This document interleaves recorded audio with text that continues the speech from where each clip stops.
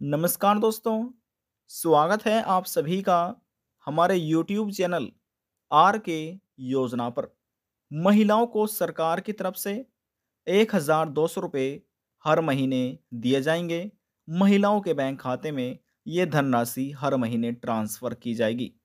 यदि आप भी एक महिला है और आप भी अपने बैंक खाते में 1,200 रुपये हर महीने प्राप्त करना चाहते हैं, तो आपको आवेदन करने के लिए इन महत्वपूर्ण दस्तावेजों की आवश्यकता होगी।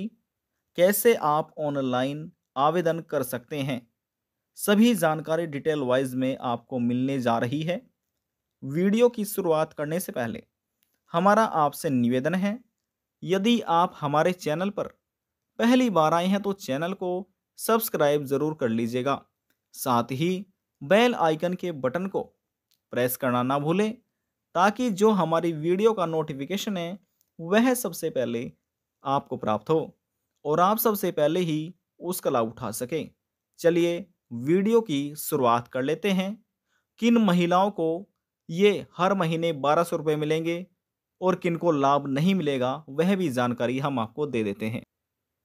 जब कोई केंद्र सरकार या फिर राज्य सरकार कोई भी एक स्कीम लॉन्च करती है, तो उसके कई नियम बनाए गए हैं।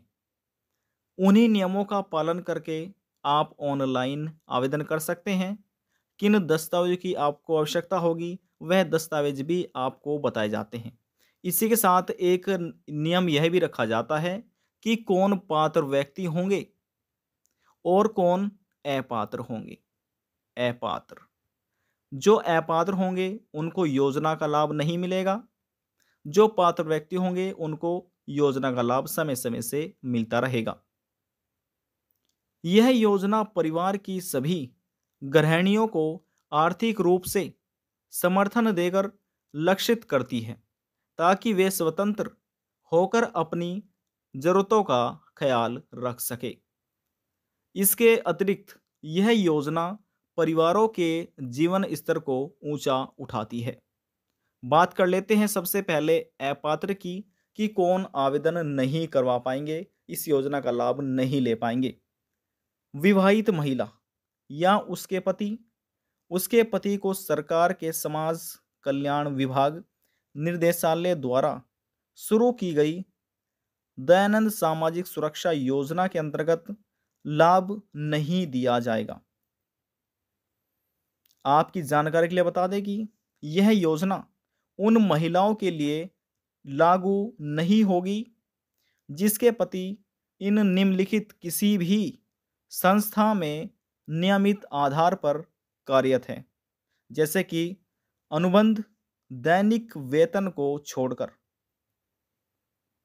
बात कर लेते हैं पहले पॉइंट के बारे में। देखिए, गोवा सरकार या उसके निगम या राज्य सरकार द्वारा वित्तीय पोषित स्वयं संगठन।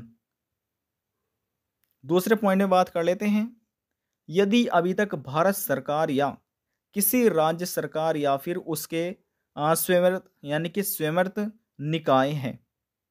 तीसरे पॉइंट में बताया गया है, अनुसूचित बैंक लेकिन सहकारी बैंकों को छोड़कर सहकारी बैंकों के मामलों में वास्तविक आय के अधीन है, तो ऐसे किसी भी जो आवेदन करता है उनको लाभ नहीं मिल पाएगा।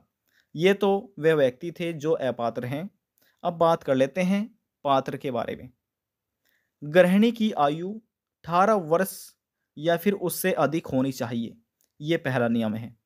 दूसरा नियम है, आवेदक 15 वर्ष से राज्य का निवासी होना चाहिए और 15 वर्ष के लगभग 15 वर्ष का उस राज्य का निवासी होना चाहिए और उनके पास उसी राज्य का ही मूल निवास, जिसे डोमिसाइल बोला जाता है, वह डॉक्यूमेंट भी वहाँ का ही होना चाहिए। पति पत्नी की शकल से मिलाकर 3 लाख प्रति से अधिक नहीं होनी चाहिए, यानी कि जो 3 लाख प्रति वर्ष जो आय है इससे अधिक नहीं होनी चाहिए। यदि किसी व्यक्ति की 3.5 लाख प्रति वर्ष आय है तो उनको लाभ नहीं मिल पाएगा। 3 लाख के अंडर में ही आपकी वार्षिक आय होनी चाहिए। बात करते हैं आवश्यक दस्तावेजों के बारे में। जब आप आवेदन करेंगे तो किन डॉक्यूमेंट की आपको आवश्यकता होगी। पहले नंबर पर है आधार कार्ड, दूसरा है शादी का प्रमाण पत्र, वर्तमान आवासीय पते का प्रमाण पत्र यानी कि इस समय जहाँ आप रह रहे हैं वहाँ का आपको मूल निवास जिसे डोमिसाइल बोला जाता है आपके पास होना चाहिए, जिस राज्य के आप निवासी हैं। 15 वर्ष का आवासीय प्रमाण पत्र, देखिए आवासीय यानी कि मूल निवास जैसे हमने आपको बताया था, और आय प्रमाण पत्र की भी आपके इसमें आवश्यकता होगी। बचत बैंक खाता यानी कि सेविंग बैंक अकाउंट, पासबुक की सत्यापित की फोटो स्टेट इसमें लगेगी, क्योंकि बैंक में ही पैसे आएंगे तो यहाँ पर बैंक की डिटेल भी मांगी गई है। बच्चे या बच्चों का जन्म प्रमाण पत्र भी इसमें मांगा गया है। बता दें कि गोवा में गृहिणियों को सरकार की तरफ से, माफ़ कीजिएगा, 1,200 रुपये यानी कि 1,200 रुपये हर महीने राशि दी जाती है। इस राशि से गृहिणी यानी कि जो गृहिणी होती है उनको स्वतंत्र हो सकती है और अपना जीवन यापन अच्छे से कर सकती है। सरकार की तरफ से इन महिलाओं को आर्थिक सहायता दी जा रही है।